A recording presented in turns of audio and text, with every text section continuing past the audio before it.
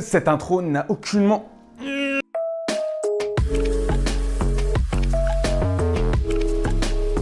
Hello everybody, j'espère que vous allez bien. Donc du coup, aujourd'hui, nous allons parler d'une artiste qui s'appelle Nat Emiel plutôt, aka Yeol. Elle nous vient tout droit d'une cité-état insulaire au sud de la Malaisie. En gros, ce que je me tue à vous dire, c'est qu'elle vient de Singapour. Bon, en vrai, depuis maintenant 4 ans, elle vit à Londres, donc voilà. Alors, comme vous savez si bien, j'aime les artistes qui mettent en avant leurs pensées et qui les retranscrivent. Du coup, Yeol est une artiste qui déborde d'un esprit d'invention et d'une touche de fantaisie. En fait, comment dire, elle nous submerge d'une substance sonore à la fois sombre, romanesque et contemplatif. Alors, oui, ça fait beaucoup de vocabulaire, en même pas une minute. Je sais que c'est dur, donc. Mais c'est vraiment ma définition de Yeol. Mais oui, je dis contemplatif, mais pourquoi ça? Car Sérotonine 2, qui est son dernier album apparu, je crois, en 2019 du coup, ça présente une forme de poésie, je dirais, parce que entre les parties de synthé qu'elle compose et sa voix... Alors écoutez, non, regardez plutôt le clip Pretty Bones, qui lui pourrait vraiment faire référence à un tableau du XVIe siècle. Non mais vraiment, je vous jure.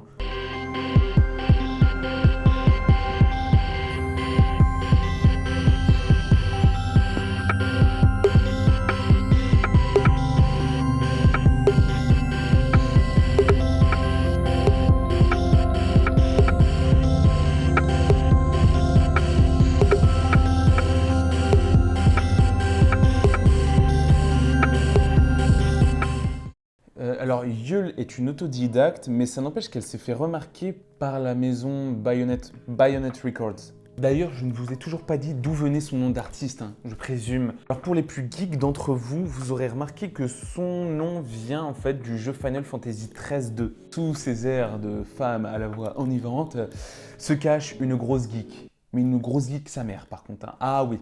Ah, on est à fond dans les MMORPG par contre. Ah ouais. Dans une interview, elle a même dit que ça faisait partie de à peu près toute son adolescence. Ses premiers amis, elle les a trouvés même dedans, il me semble. Il me semble que c'était dans une interview de Heidi qu'elle a parlé de ça, je crois. Parlons un peu de sa discographie, le voulez-vous bien?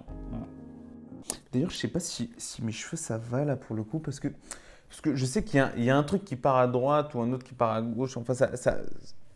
Alors, Yeol avait sorti un premier EP en 2014 qu'elle a appelé comme son nom d'artiste. Ensuite, elle a sorti un deuxième EP en 2016 qui s'appelle Pathos, yeah, I don't understand.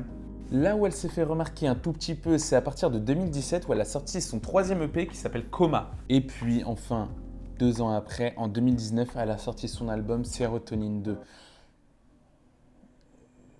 qui est un chef-d'œuvre. Ah, vraiment. Son SoundCloud est bourré de ses créations ou de ses compositions. Vraiment, allez checker. Enfin bref, pour clore le sujet de Yeol, qui j'espère verrai au moins une fois en concert, les clips que je conseillerais sont d'abord Pretty Bones, pour les gestes et les postures physiques qu'elle met en œuvre, avec plein de références, comme je disais précédemment, que ce soit dans les tableaux du 16e ou même 17e siècle, c'est exactement la même harmonie.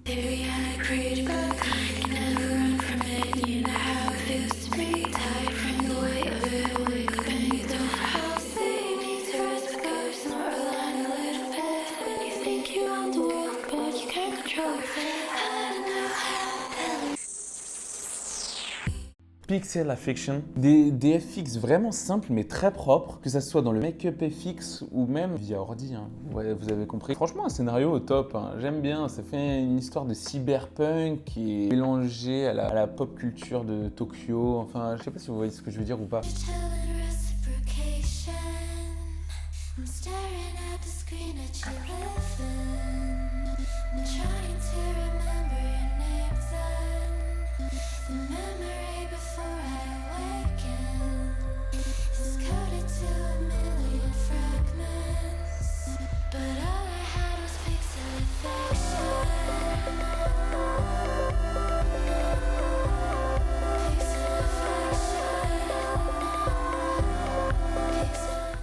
Et puis Poison Arrow, qui a vraiment pas mal de choses à dire. Déjà, la petite chose à savoir, c'est qu'ils l'ont tourné en Pologne, en plein milieu de la Pologne. Et puis, ça raconte une belle histoire d'amour dramatique. La ref, elle est tirée d'une histoire grecque.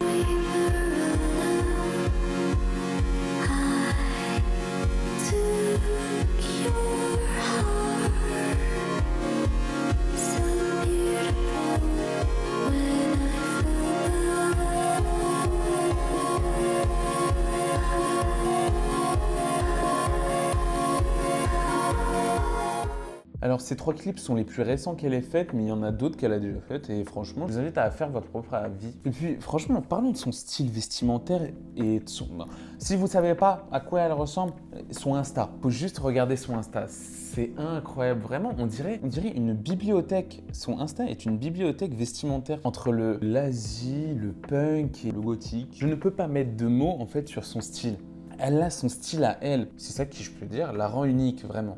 Genre, regardez juste ses tatouages et tout. Oh, je surkiffe, je kiffe de ouf. Bref, je pense que cette vidéo va se terminer là parce que j'ai trop de choses à dire sur cet artiste qui n'est pas assez connu, bordel de merde. Je vous invite à regarder toutes les interviews qu'elle a pu faire. Ça apprend beaucoup sur la personne. Elle a une histoire. Et ça fait plaisir de voir des gens qui ne le développent pas comme ça et qui ont quand même un passé derrière eux. Du coup, vas-y. Tchuss!